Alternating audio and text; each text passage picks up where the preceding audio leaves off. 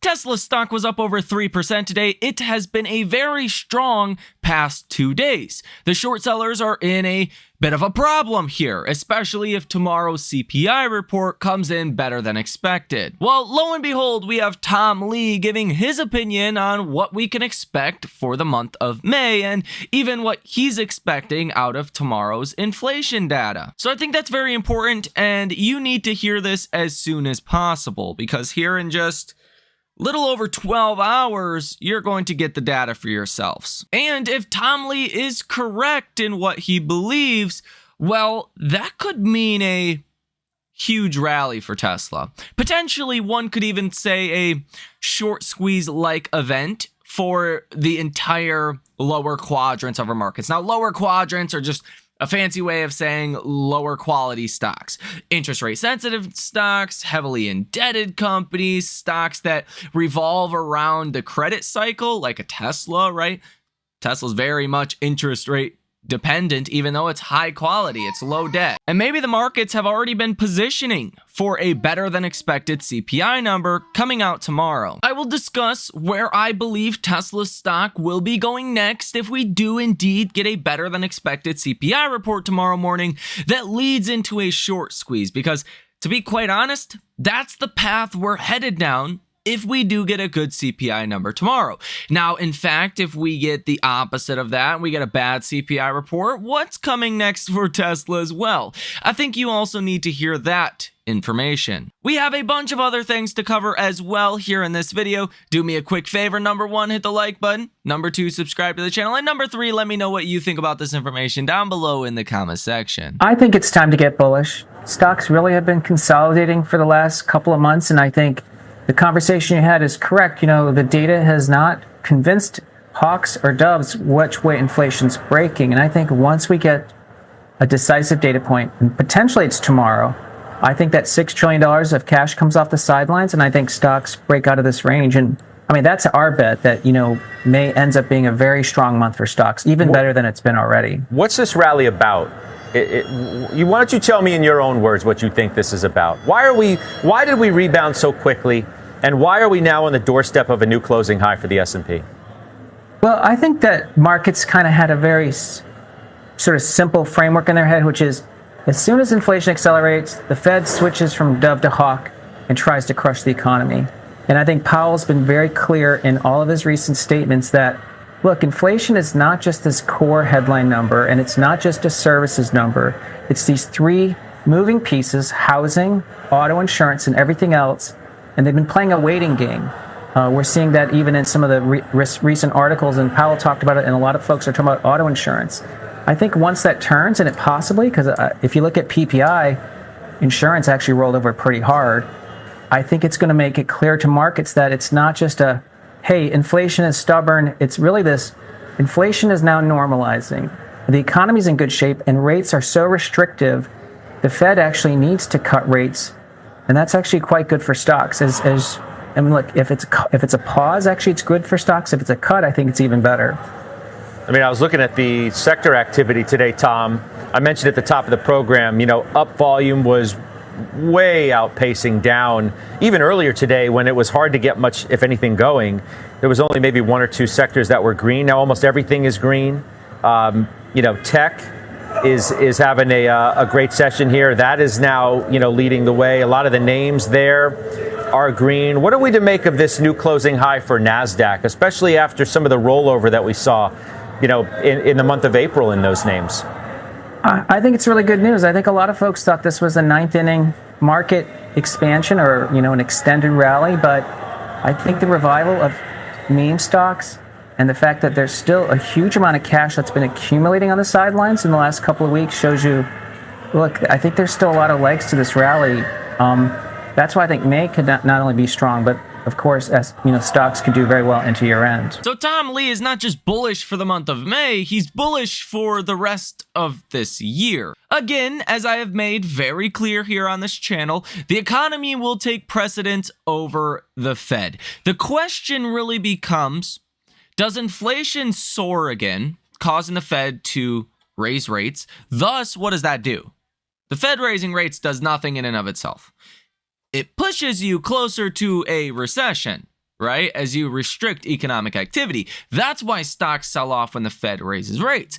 Now, to the contrary, as long as the economy stays okay, it doesn't even have to be fantastic, but as long as it's okay and it doesn't look like there is a recession coming and the Fed starts to cut rates, that actually lowers the odds of a recession. So if tomorrow's CPI report comes in lighter than expected, you'll actually potentially lower the odds of a recession, because at that point, the Fed should have a lot of room to start cutting rates. Now, Jerome Powell spoke today and he gave us a pretty big insight into maybe what to expect coming tomorrow. Now, just to summarize what Fed Jerome Powell said today, he basically said the same old, but he did sound very confident that inflation is falling back to 2%. He went even as far as to say you don't have to get service inflation down to 2%. You can see housing fall and then non-services housing, your three core baskets of inflation,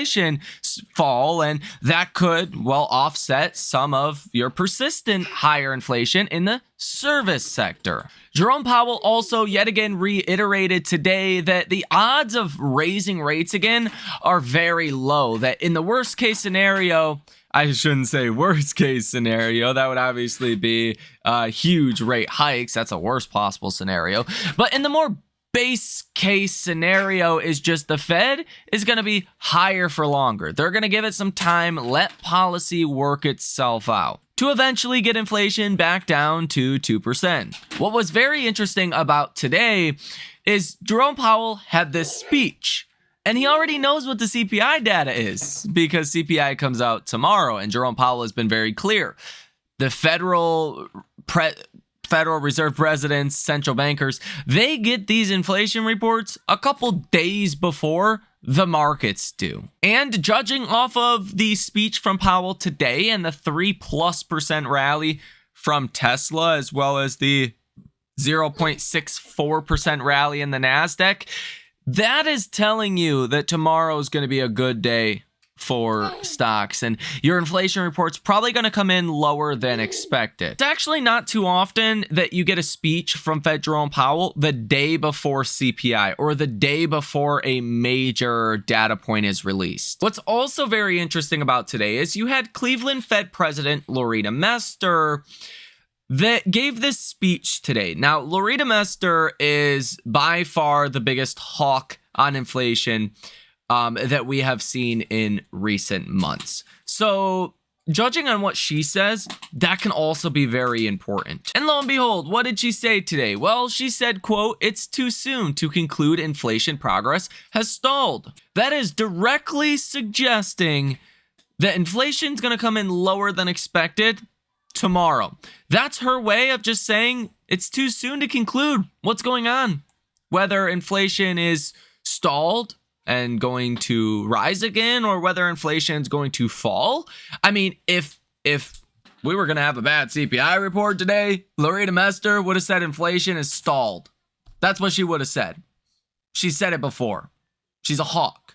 The fact that she did not say this is a very strong indication inflation is going to come in lower than expected tomorrow. Loretta Mester says she thinks the central bank can wait comfortably for evidence inflation will resume a downward trend. That's a fancy way of saying, hey guys, I already know what the numbers are. I can't give you too much details because I'm not allowed to, but we're in a pretty good spot. But Loretta Mester said policymakers needed to be prepared to move to a more neutral interest rate bias in its official communication if inflation stopped declining in the months ahead. She said, quote, "I would prefer not to have to raise rates from the current level, frankly." She says, because I think we saw some of the effect of having to be aggressively moving rates up last year when three mid-sized banks failed. And let me just read you this whole quote here. She said, quote, "If inflation continues at the level it is and doesn't show progress, I think the committee will have to think about what would it take to say, okay, maybe we need to increase rates. We're not there yet. I'm not even convinced that we're not on a downward path." She also said this determination about whether you want to hold at the current level for longer versus could we have to raise interest rates? It's the inflation expectations. Stability in that is going to be key for me in that kind of determination, said Mester. Mester said long-run measures of inflation expectations appear to be reasonably well anchored at levels consistent with the Fed's 2% goal. She also said that some businesses have reported remorse over not having raised prices more aggressively last year. And she said she was carefully watching whether companies might try to preserve margins with larger price increases this year.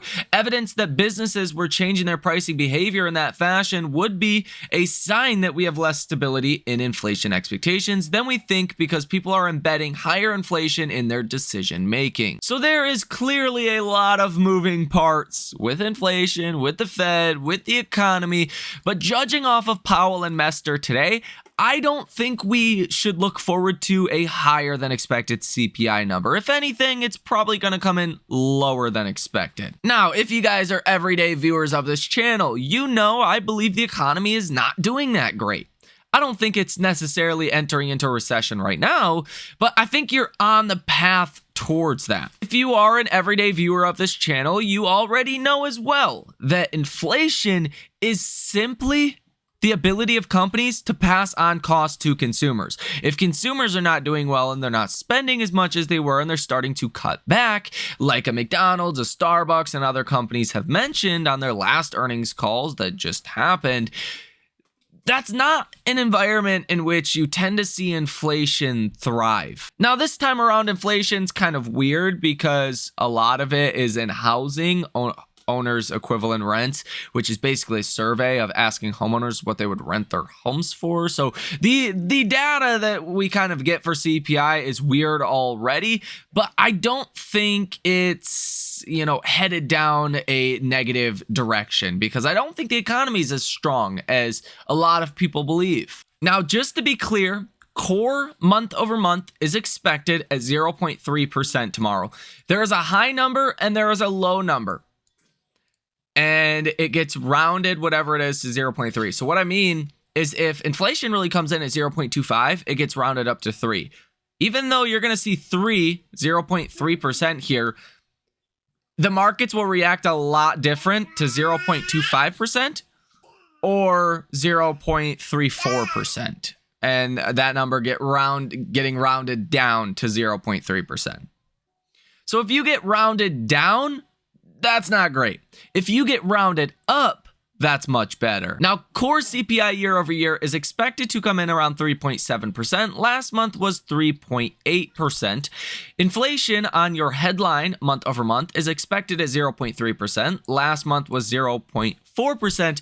And your headline year over year is expected at 3.5%. Last month, you were also at 3.5%. Now, tomorrow morning at the same time inflation comes out, you will also get retail sales month over month. That number is expected at 0.3%.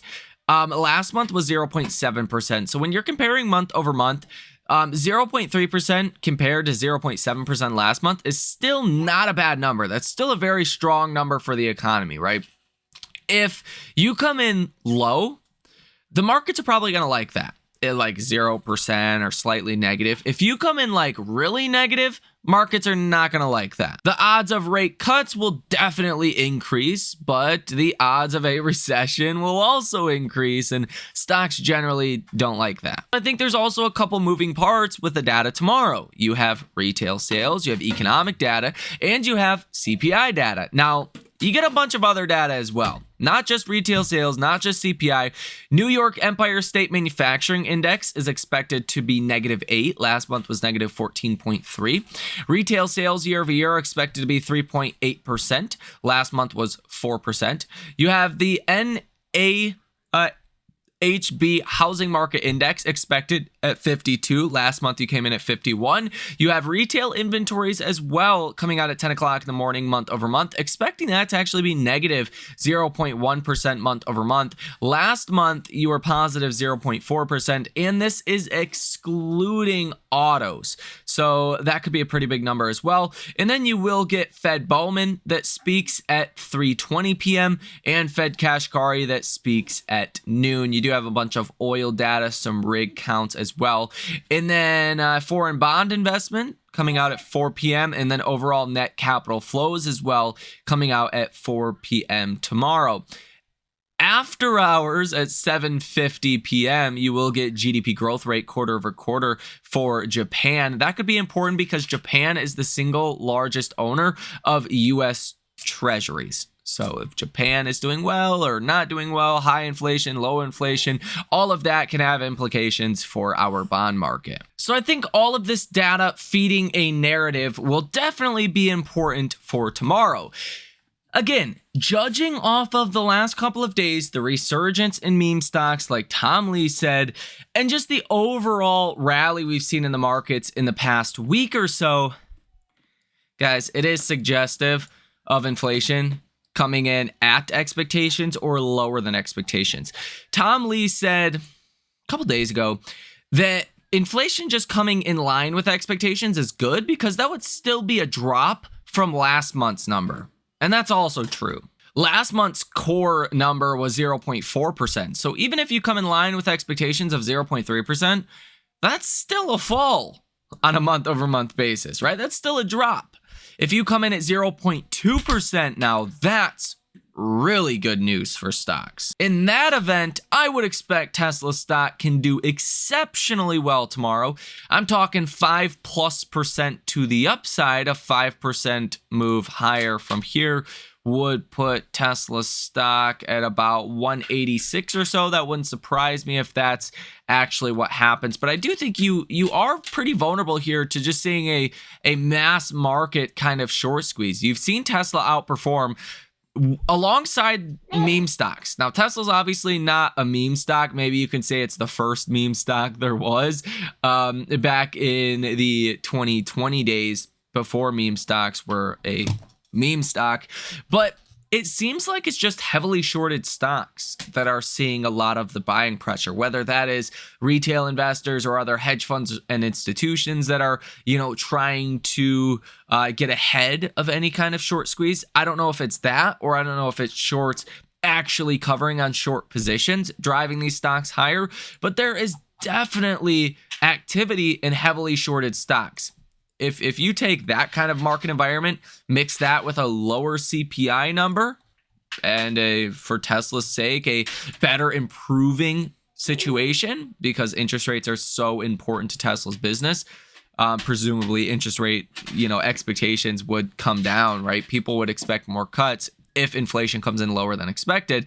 I mean, you mix all of that together, throw it in a basket and make a sandwich. That's going to be a freaking delicious sandwich, okay? That is a fantastic scenario for Tesla. Like, that is the scenario for Tesla. When rates start to actually come down and we start to get close to that first cut, I mean,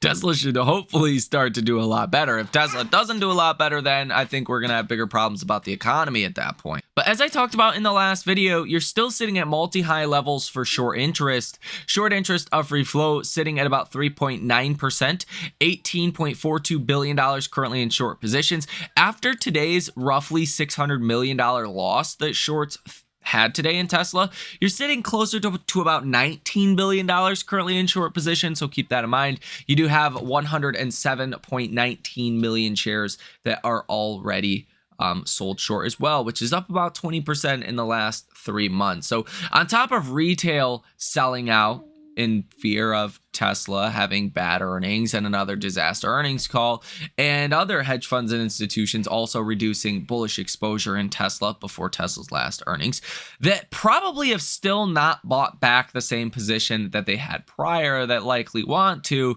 Mix that with potential for CPI coming in lower than expectations and, a possible short squeeze. And you could pretty shortly here see Tesla over $200 per share. Mark my words, if inflation comes in at 0.2%, and let's say it's a low 0.2%, like 0.21 or 0.22 or some kind of really low number, maybe 0.19, 0.19 gets rounded up to, 0.2, something along those lines. Mark my words, Tesla stock's going to be a $220 stock within 2 weeks, maybe a week.